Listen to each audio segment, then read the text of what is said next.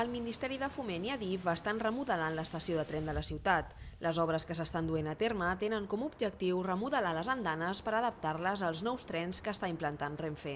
L'actuació principal consisteix en elevar les andanes en 10 centímetres per facilitar l'accés als nous trens coneguts com Sívia. A més, amb l'objectiu d'adaptar-les als cada vegada més habituals trens formats per dues unitats, també s'ampliaran en 30 metres les andanes del costat Barcelona. A l'extrem d'aquestes s'habilitaran rampes que guiaran els usuaris fins a un nou pas a nivell fet amb paviment antilliscant. Aquestes obres també suposaran la creació d'itineraris adequats a les persones invidents i la instal·lació d'una franja luminescent perquè els usuaris no s'apropin en accés al límit de les andanes.